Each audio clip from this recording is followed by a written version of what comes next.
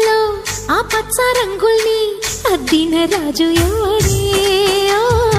నిన్నాగో పడిగల్లో ఆ విష్ణు పాదాలు దిద్దిన మాయా దేవుడే.